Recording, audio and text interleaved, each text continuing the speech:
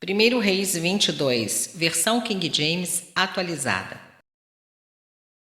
Durante os 2 anos que se seguiram, houve paz entre Israel e a Síria. Contudo, no 3º ano, Josafá, rei de Judá, foi visitar o rei Acabe de Israel. Acabe questionou os seus oficiais e servos.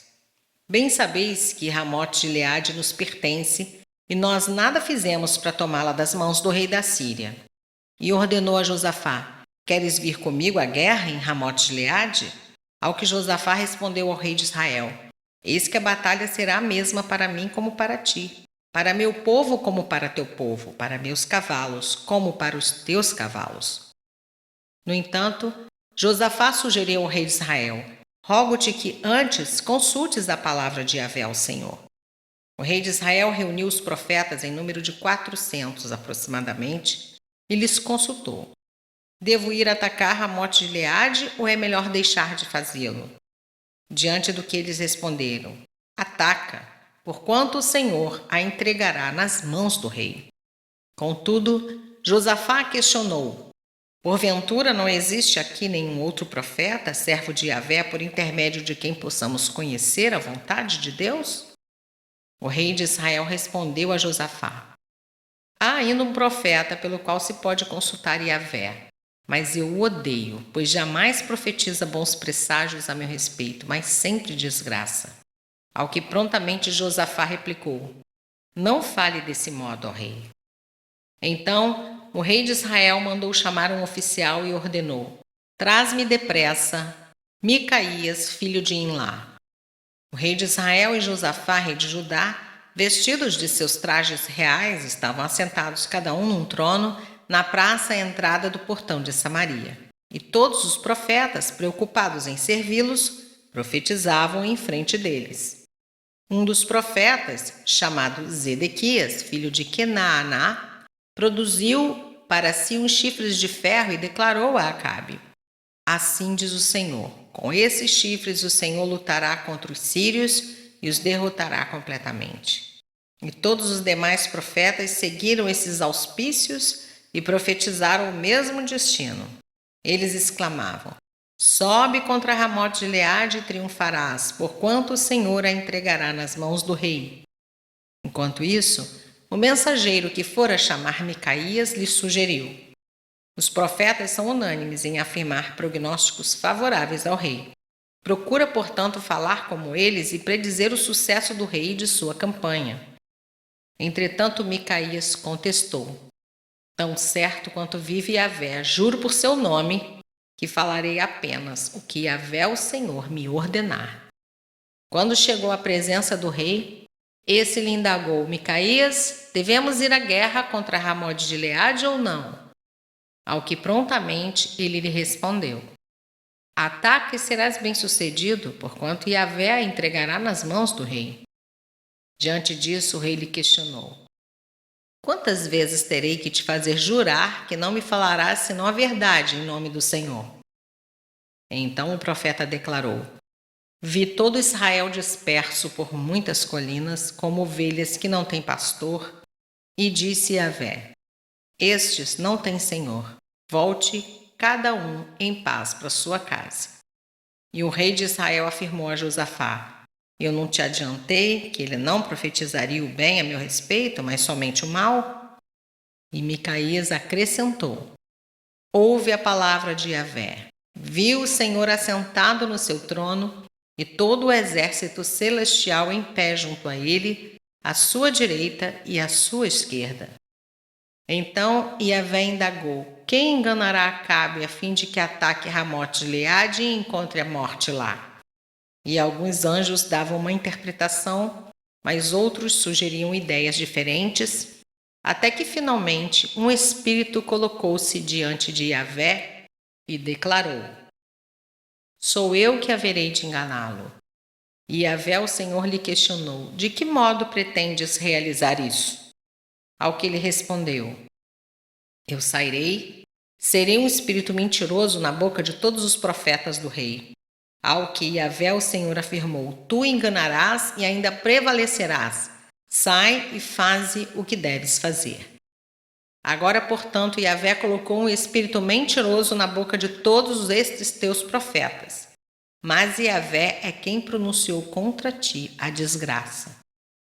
Então Zedequias, filho de Quinaaná, deu um tapa no rosto de Micaías e interrogou: De que maneira o espírito de Yahvé saiu de mim e foi falar contigo? E Micaías replicou: Vê-lo-ás e compreenderás no dia em que tiveres de vaguear de um aposento a outro para te esconderes.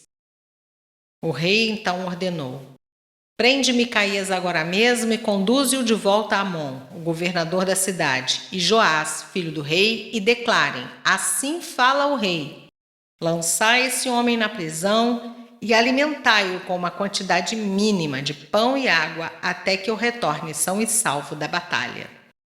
Contudo, Micaías afirmou: Se voltares são e salvo é porque Yahvé não se expressou pela minha boca. O rei de Israel e Josafá, rei de Judá, marcharam contra Ramote de Gileade.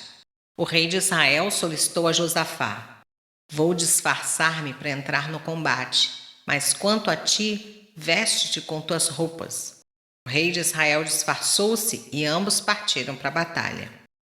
O rei de Aram, Síria, dera essa ordem a seus 38 chefes de carros de guerra: Não atacareis ninguém, seja soldado, seja oficial, senão unicamente o rei de Israel. Quando os comandantes dos carros de guerra viram Josafá, comentaram uns com os outros: Vê, é o rei de Israel. E o cercaram para atacá-lo, mas Josafá gritou. E quando os chefes dos carros militares perceberam que não era o rei de Israel, deixaram de persegui-lo. De repente, um soldado disparou seu arco a esmo e atingiu o rei de Israel entre as juntas da sua armadura. No mesmo instante, o rei ordenou ao condutor do seu carro de batalha: Volta, faze-me sair do combate depressa, pois estou gravemente ferido. Mas a batalha se tornou ainda mais violenta naquele dia, e tiveram que manter o rei de pé sobre o seu carro diante dos arameus, sírios, mas ao cair da tarde ele morreu. O sangue de sua ferida escorria no fundo do carro. Ao pôr do sol, um grito fúnebre percorreu todo o acampamento: Volte cada um para a sua cidade e cada chefe de família para a sua terra. O rei está morto. Foi transportado para Samaria e lá sepultado. Lavaram o carro real de guerra e suas armas numa suja em Samaria, onde as prostitutas costumavam banhar-se, e vários cães vieram e lamberam seu sangue, exatamente como a palavra de Yahvé, o Senhor, havia predito. Todas as realizações do rei Acabe e também a descrição do seu palácio, decorado com marfim da melhor qualidade, e todas as cidades que ele construiu, tudo está escrito na história dos reis de Israel. Acabe adormeceu com seus antepassados, e seu filho Acasias sucedeu ao seu trono e reinou em seu lugar. Josafá, filho de Azá, começou a reinar sobre Judá no 4º ano de governo de Acabe, rei de Israel. Josafá tinha 35 anos de idade quando começou a reinar e governou 25 anos em Jerusalém. Sua mãe se chamava Azuba, filha de Sili. Josafá andou em todos os caminhos de seu pai Azá. Não se desviou deles, mas fez o que era reto perante Yahvé, o Senhor. Contudo, não destruiu os altares idólatras e o povo seguiu oferecendo sacrifícios pagãos e a queimar incenso. Josafá viveu em paz com o rei de Israel. Os demais feitos de Josafá e o poder que demonstrou e os atos de bravura nos tempos de guerra estão todos escritos nos registros históricos dos reis de Judá. Ele também expulsou da terra o restante dos sodomitas, prostitutos e prostitutas cultuais que serviam nos altares pagãos e haviam restado depois do reinado de seu pai Asa. Ora, nesse tempo, não havia rei em Edom, mas sim um vice-rei era nomeado para assumir o governo local. Josafá mandou construir navios de Tarsis, uma frota de embarcações mercantes, a fim de buscar ouro em Ofir, porém jamais o trouxeram, porquanto eles naufragaram em Ezion-Geber. Naquele tempo, Acasias, filho de Acabe, fez a seguinte oferta a Josafá: os meus marinheiros estão à tua disposição para cooperar e navegar com os teus. Contudo, Josafá preferiu não aceitar tal ajuda. Josafá descansou com seus pais e foi sepultado junto deles na cidade de Davi, seu antecessor, e seu filho Jeorão assumiu o reino em seu lugar. E Acasias, filho de Acabe, tornou-se rei de Israel em Samaria, no 17º ano do reinado de Josafá, rei de Judá, e governou 2 anos sobre Israel. Ele praticou o que é reprovável diante de Yahvé, o Senhor, porque andou segundo os maus exemplos de seu pai, como nos caminhos pagãos de sua mãe, e conforme as atitudes erradas de Jeroboão, filho de Nebate, que fez Israel pecar. Dedicou seu culto a Baal e o serviu, provocando desse modo a ira de Yahvé, o Senhor, o Deus de Israel, como seu pai havia procedido.